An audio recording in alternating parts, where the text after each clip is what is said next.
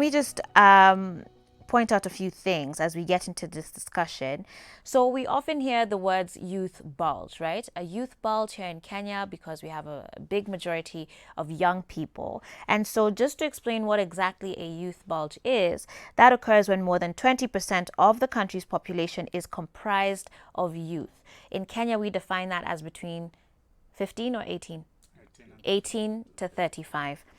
The UN would actually put it at 15, right? So if you look at it that way, we're even more. But between our 18 to 35, current numbers were at 70%, right? So we're far above that youth bulge. True. It's more than triple, in fact, of what would be considered a youth bulge. And so when you think of that, we're still waiting on the numbers of the current census for the detailed report to be released, and then we'll find out more. But do you expect that number to have risen, stabilized, gone up, down? I think the number of the youth should have definitely gone a notch higher, because the people, or the young people, the teenagers who are turning from 14 to 15 or from 17 to 18, and they have crossed that bracket, it means they have added more numbers into the youth bracket. Sure. So I think roughly about 70 to 75% of this population should be youth.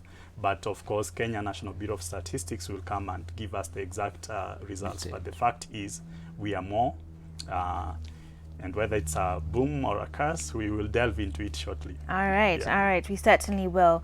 Now, let's talk about then the challenges that surround, youth in Kenya to then determine whether this is a burden or a boom for us.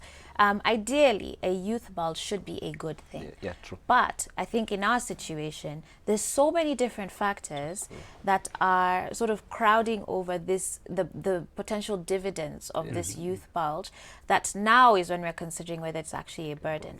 Talk to me about some of those challenges.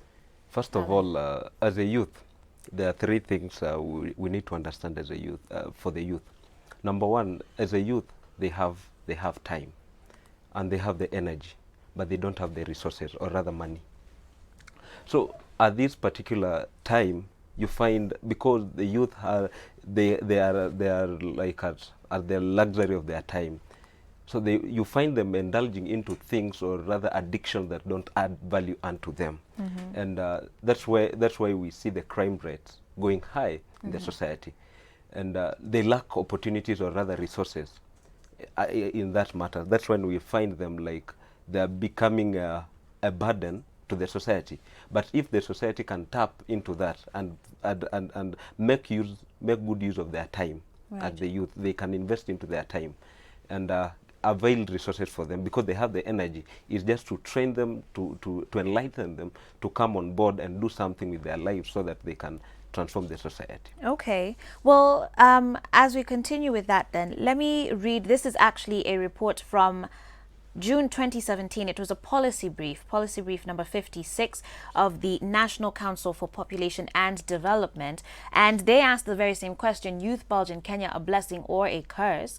They cited it's a common phenomenon in various countries, very many developing countries, but especially in the least developed countries. But in terms of trying to address whether this is a blessing or a curse, this is what the report says, and this is an economic context, right? So when a country has a youth bulge, and as the young adults enter the working age, the country's dependency ratio of the non-working age should decline, right? Because you have more able and more younger scaled, more energetic guys entering the workforce. So if the number of working age individuals can be fully employed in productive activities, the level of average income per capita should increase.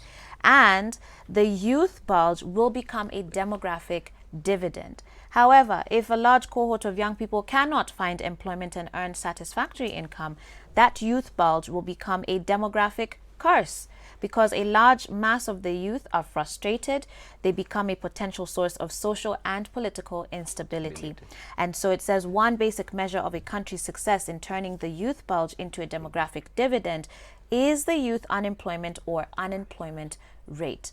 So by that alone, given the statistics of what we're seeing about companies in Kenya, they've not been doing well. Business is really, really tough this year. I think it's 20,000 Kenyans that have been laid off this year alone. It's a shocking statistic. So by this then, you know, if you're to give your own judgment right now here today, is our youth bulge here in Kenya a blessing or a curse? The youth bulge in Kenya is just, it should be a blessing, but unfortunately, and we have to face the reality, it's a curse. Right now it is. You know, one U.S. congressman who is a brother to the former President J.F. Kennedy says that our world today should tap into the qualities of our youth because of courage, because the youth have courage, and the youth have a state of mind that is ready. And they also, you know, their quality of imagination of the youth is very high. But in Kenya, it's very different, because the quality right now of getting a state job is for you to be over 80 years old.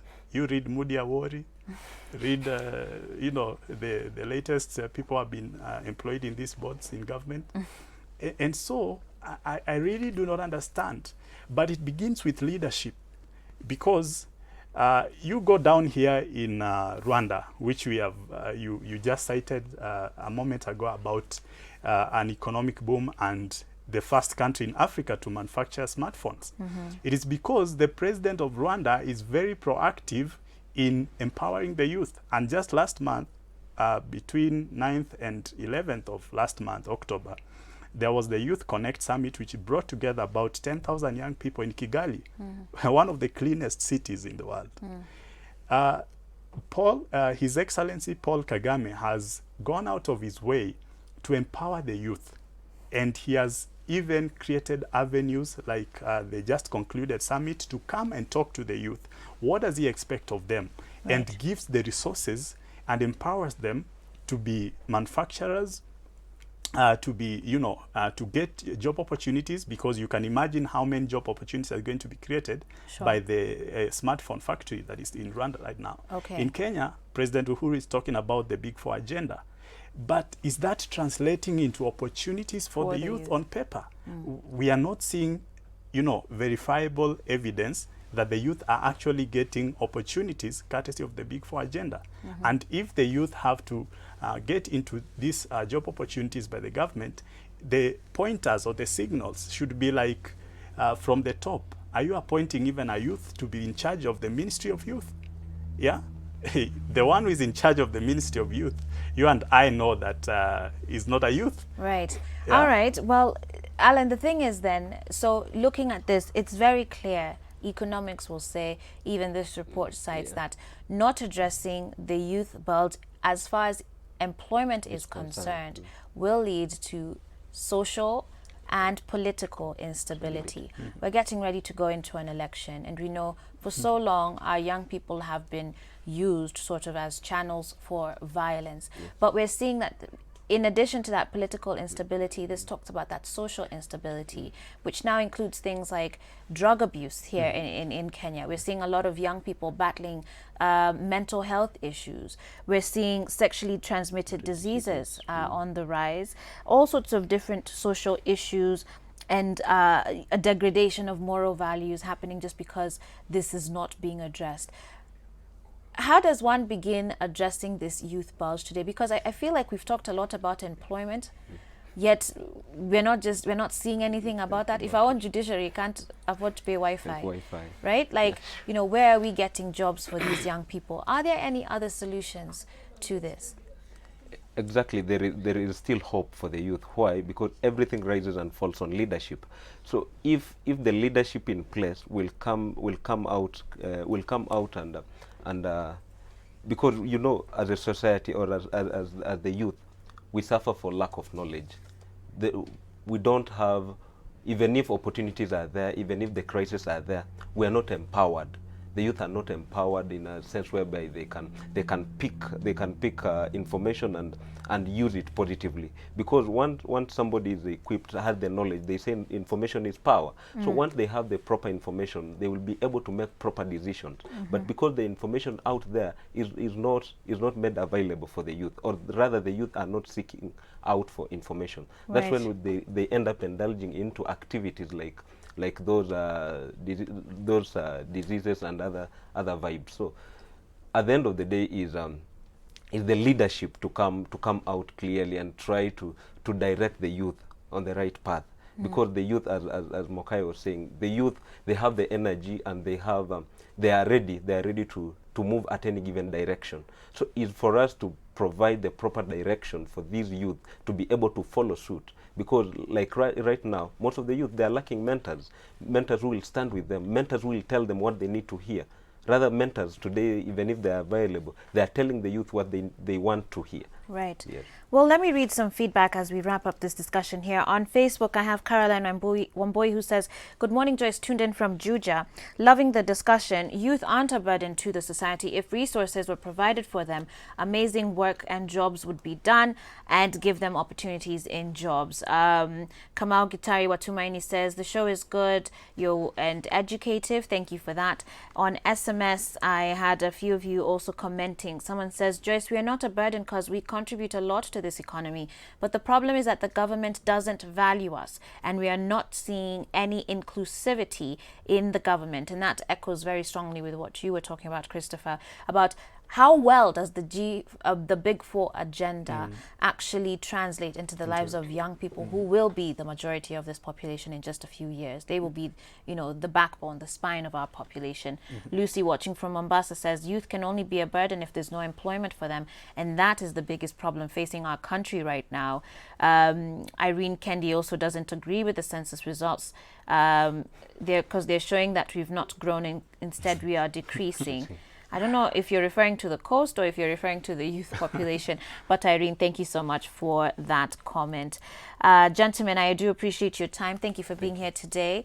In many ways, I feel like we've left this conversation hanging. Yeah. Like, I think we understand that there's potential, tremendous potential for the youth of this country to do something amazing, but in many ways we feel that potential is being sat on or suppressed because of these issues. So it almost feels like we don't have an answer today. I think we have a hope and an expectation. Before we wrap it up, very briefly, the youth can be a blessing in themselves because they need to come out and create opportunities for themselves.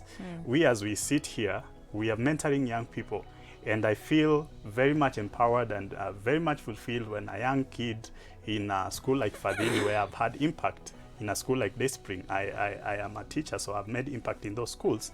And many other places where I meet young people and they teach them about entrepreneurship, because I run my own organization, Mokaya Leadership Consulting. So youth can create their own enterprises, their own companies, and come out there. If there is no opportunity, you don't have to be a job seeker. You can create jobs for young people. So personally, I am part of the solution. I do not want to be one of those people complain. Right. And my brother here is also doing the same. All right, and gentlemen. we are inspiring these people out there Thank to you. also Thank come you, on Christopher. board. Thank you, Christopher. I do need to wrap up now, but I appreciate both of you for your time. All right, guys, we're going to take a short break now as we get ready for our second hour.